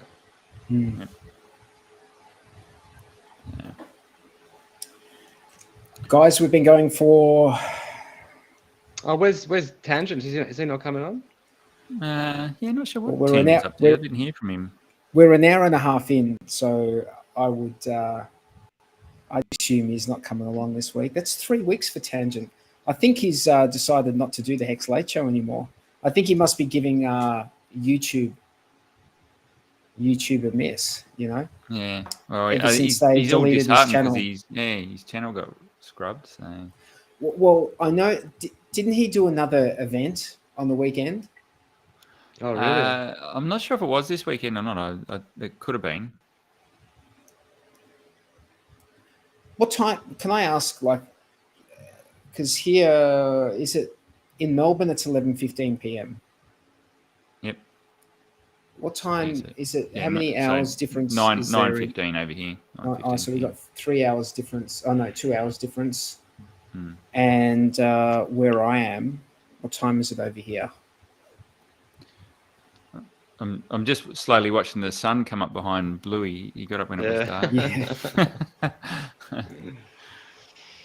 That's very good of you to wake up early, Bluey, and make it.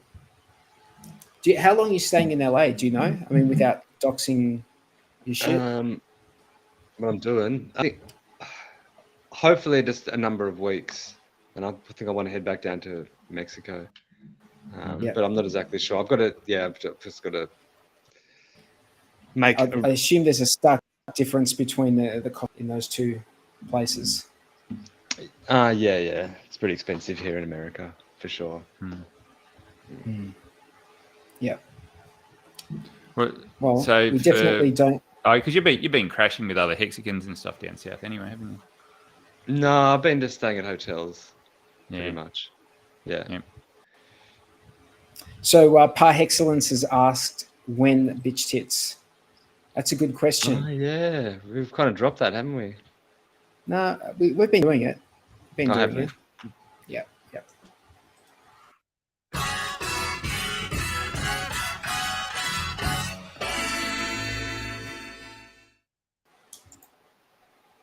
Yeah. I don't even know if I voted in. I always bring this on Jexa. I should be ready by now. I get other things ready and then I forget about this. Let's just see who we've got. Bitch Tits of the Week is a segment we do every week where you go and vote and try and guess what the price of Hex will be in 1 week's time from now on the next Hex Late Show. So if you haven't voted yet for next week, you can go to www.titbit.ch. It's www.titbit.ch and go vote on next week's Bitch Tits of the Week. And we're gonna have a look at who voted last week now and find out who the winner was. I reckon if you just put the same as what you had last week, you would have been fine. We've been flat the whole week. There we go.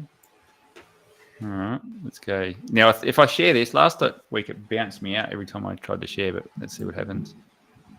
We'll go with that.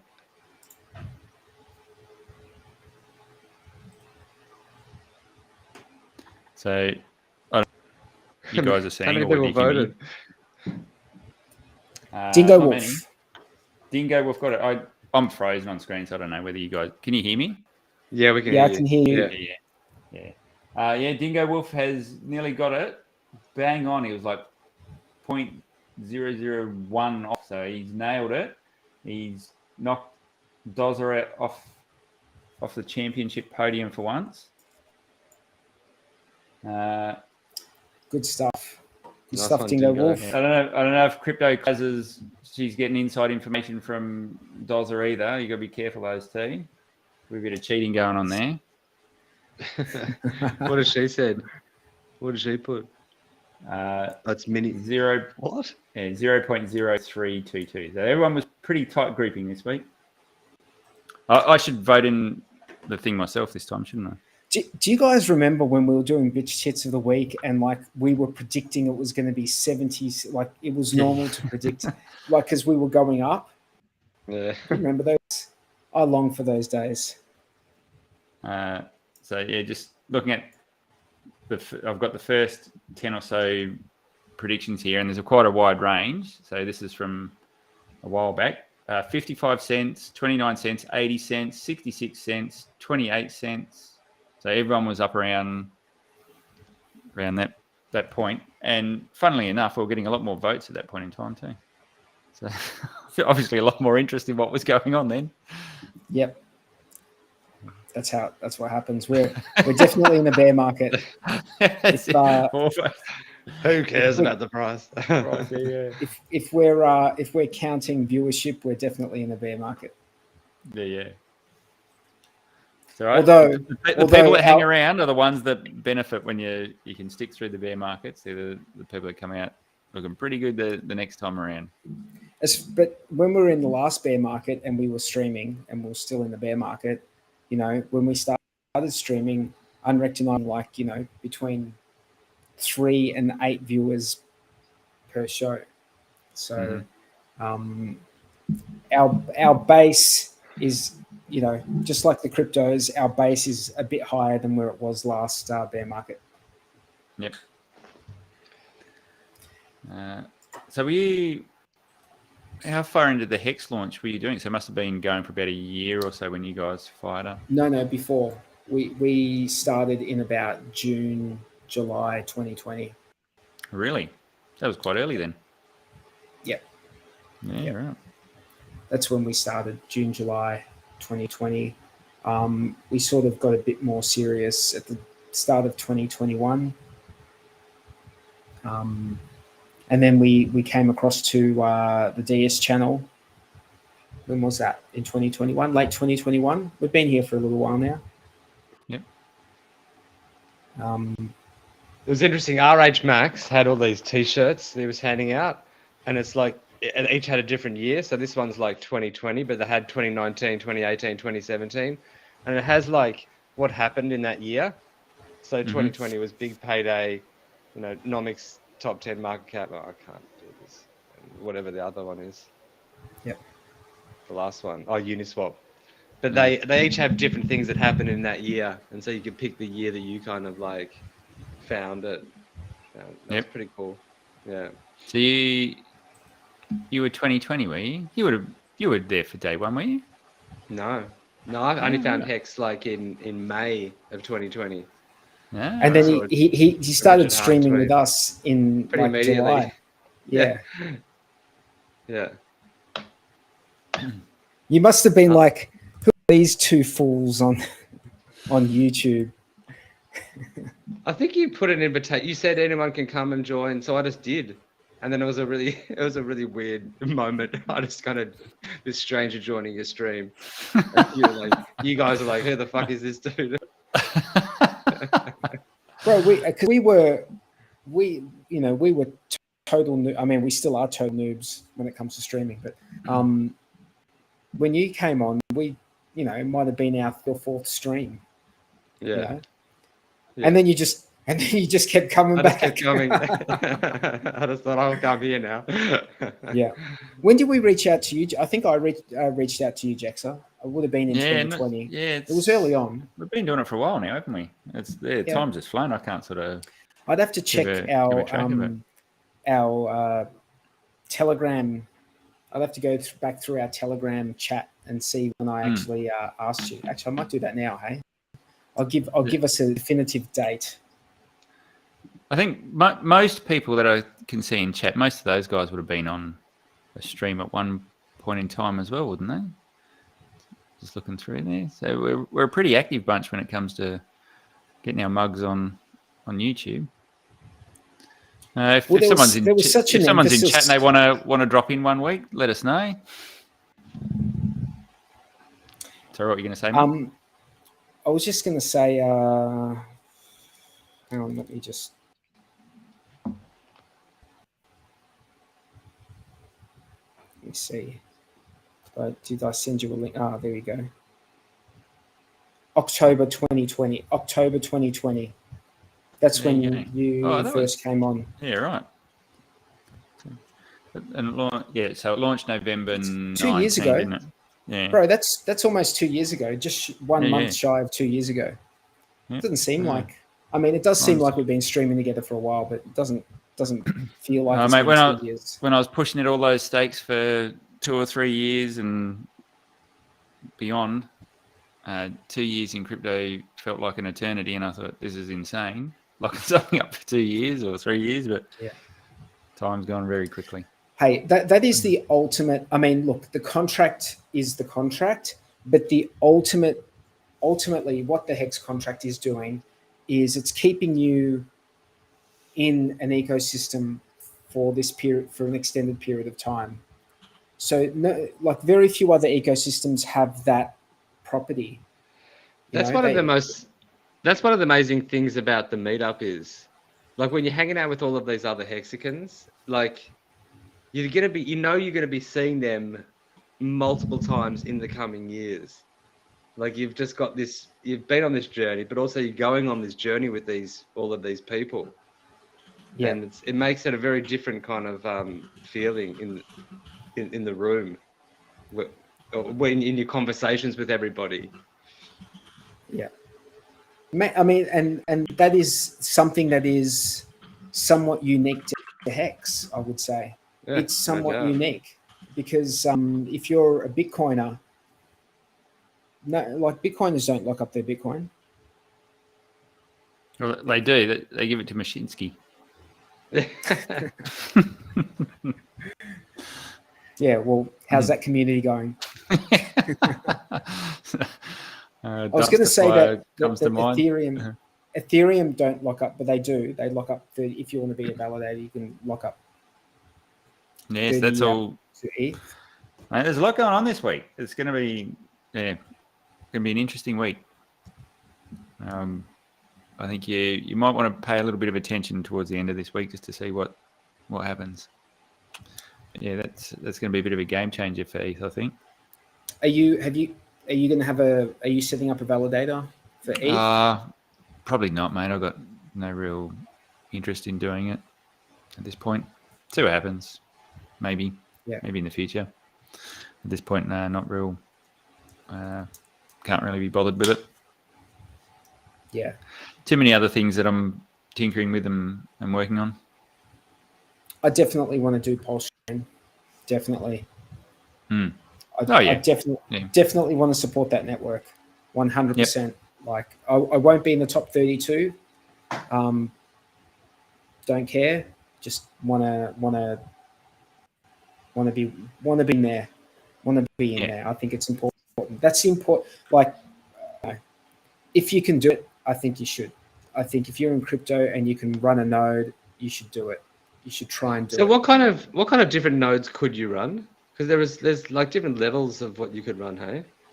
Well, you got the validator, which is obviously like your equivalent of your miner, and then you've just got a non-validating node.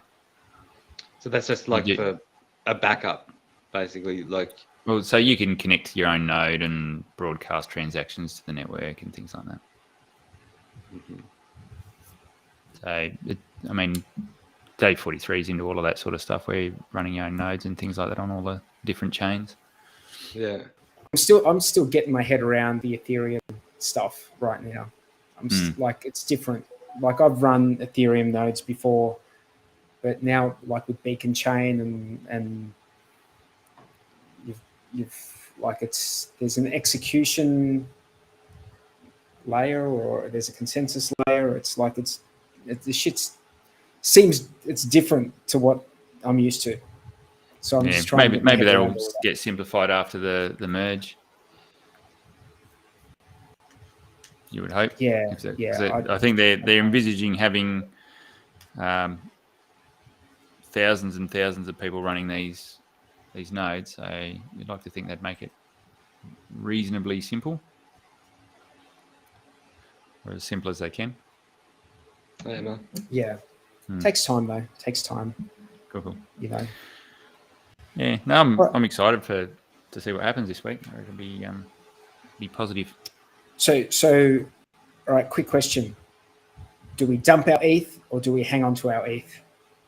What ETH? I haven't got any. The ETH I've got is not worth losing sleep over. Transaction fee ETH for me. Yeah, and I've got some locked up in other protocols as well, where they're in the Liquidity protocol and things like that. So you can just stay there. Whatever happens, happens. Yeah. It's hard to know because they're unprecedented times. You know, what's going on with ETH it's never, something like this has never happened before. Like such a prominent crypto, changing their going from proof of work to proof of stake. Yeah. It's pretty huge, eh? Yeah. It's massive. It's massive. So what's the Hex price been hovering around the last 4 cents? 4 cents. 3.8, 3.9, 3.4. So we've just watched Bitcoin ETH just bite the dust, And Hex has gone down a little bit as well, but nowhere near as much as those or the rest of the market. They've all fallen 5-6%, and Hex hasn't. We're still hovering around where we've been for the last 2 weeks. So I don't know. Maybe you just That's decorrelated. Yeah, it's got to be. Now, obviously, we've been. If you look at a bigger trend over the last 6 months, it's easy to say, "Nah, man, it's all gone down together," which is true, but doesn't mean that we can't break that trend. Yeah, I think it's decorrelated because being decorrelated doesn't mean that sometimes things don't happen. Don't trend in the same together. way. Yeah. It's just they don't always happen that way. So, we're not negatively correlated. I would say that we're somewhat decorrelated in Hex, but we'll see. We'll see how it plays out. I mean, really, you need to watch it over a couple of. I want to see the next bull market. I want to see what happens in the next bull market. Mate, because the last bull market, Bitcoin and ETH were pumping, and Hex was just like not doing anything, and we're like sitting around just like, oh shit, like. yeah. So this is like a big payday event. Like we had the big run up to that, and then it all shit the bed after that, which we all knew was something like that was going to happen. There was so many tokens being given away, and yeah, you're right. We watched. I sold things like BNB into Hex and a few other things in like just cleaning up my portfolio, getting rid of all the shit that I didn't want, put it into Hex, and then watched all that shit go up 600% while Hex was doing nothing. Yeah. But then Hex did a massive run. Oh yeah. Hex did a massive run. Yeah, best move I ever done, but hard to watch when you're sitting there watching. So because if you're going to try and like time that in between like cryptos, you're playing a dangerous game there. It's really, really dangerous game. Mm-hmm. First of all, you have to be liquid in Hex to play that game. That's right. Yeah. Right. Which you're not earning your inflation, your interest. And then what if you miss it? What if you miss it, dude? No one knows. Like no one really knows what's going to happen. So you might swap into the thing thinking you're making the right move, and it might go down, and so then you're just being a trader. Yeah. That's it. Yeah. I thought you said traitor, but you mean trader. Trade. You're just trading, like And so if you're just gonna, if you're just trading, then good luck to you. I hope it goes well for you. But good luck. Good luck. So so just pay attention. Yeah, pay attention to what happens with the merge, and pay attention to what if the rest of the market tanks. See what Hex does, and see if there's a bit of resilience there. It's all It's all sentiment, and once it swings around, it swings pretty hard and fast. Like Richard always says, it's reflexive. So reflexive to the downside and to the upside. Just got to get that sentiment going, and things will spin on a dime. Tangent posted something in one of our chats about the ATO, which is the Australian Tax Office. Yeah. In relation to, was it staking? Yeah.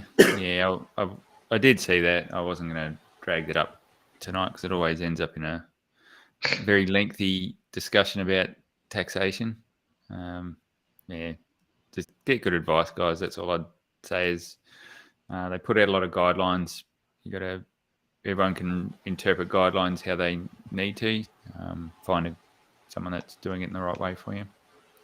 Also, because that was specifically related to staking and airdrops, have a look at the stuff relating to mining as well, because you are creating your own coins in Hex. So an airdrop, so with staking, you're receiving tokens potentially that already exist, and you're getting a distribution of that. Yep.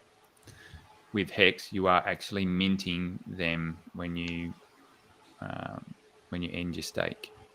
So it's a very technical nuance, but it could be the difference between paying a truckload of tax and paying only capital gains.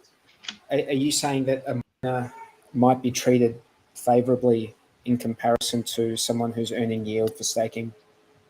Yeah, so they use different examples, and and it's when you've got to declare the income and what value it is when you declare it, and airdrops are treated different to staking rewards.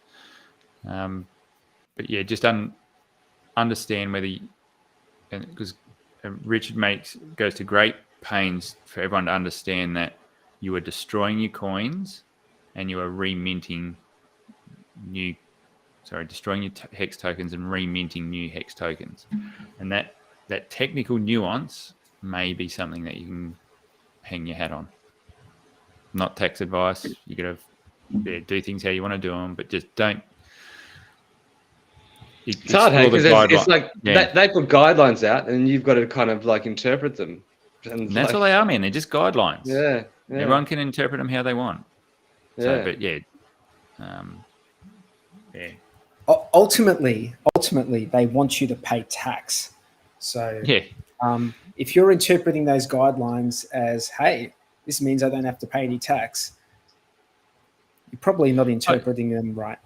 You know? No.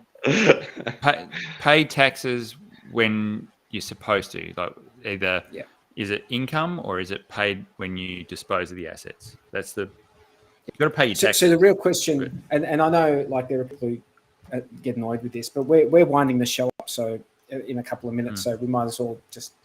So the real question is, when you burn your principal, is that classified really as you not having those tokens anymore, or are you are they just mapped differently in the contract? Well, they don't exist. So this is now you're talking about another nuance where, this is double-edged sword. So when you stake, if you are destroying those coins, is that then a disposal and it's a loss? It's a capital loss. You've written off that value. But then when you mint your new tokens at the end of the stake, you're minting your principal again and the interest. And at what value are you doing that? Because then that has an impact.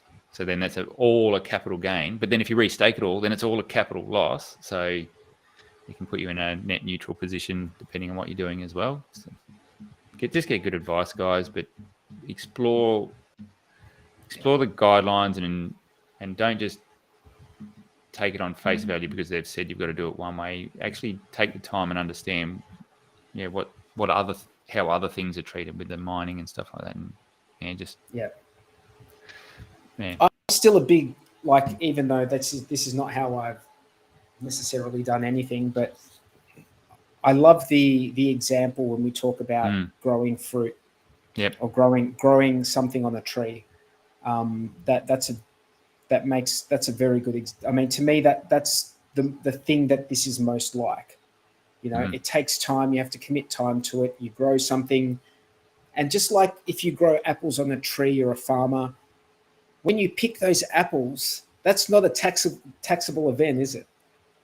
I would love it to be like this. You know, I would love to have like something clearly defined from the ATO, you know, along those lines. That would be fantastic. It's not, you know, I don't think that's the way they would see it.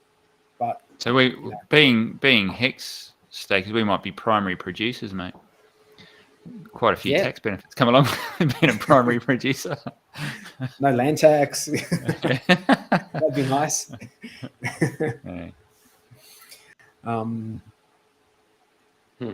Yeah. Hey guys, any last words?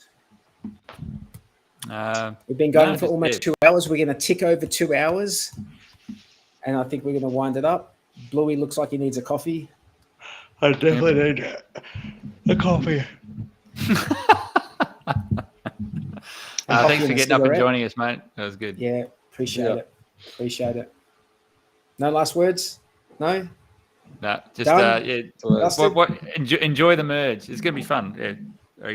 If either way, either it turns to shit and it'll be entertaining, or it goes really smoothly, and that's a new phase for crypto, I think. That's big for ETH, and it sets the precedent. And it puts a bit of pressure on Bitcoin as well. Yeah. Oh, hell yeah. It puts pressure on Bitcoin from the proof of work, you know, mining stakers, proof of stake, proof of work perspective, because they were not so long ago in Europe, they were talking about outlawing mining. So, we'll have to see what happens. Massive shout out to everyone in the chat. You guys are awesome. We love you. Love all the comments that you guys put in there, apart from the ones just, hanging shit on me. I don't like those ones. But thanks for coming along. And unless you guys have something else to add, we're going to see you next week. See you guys. See you, man.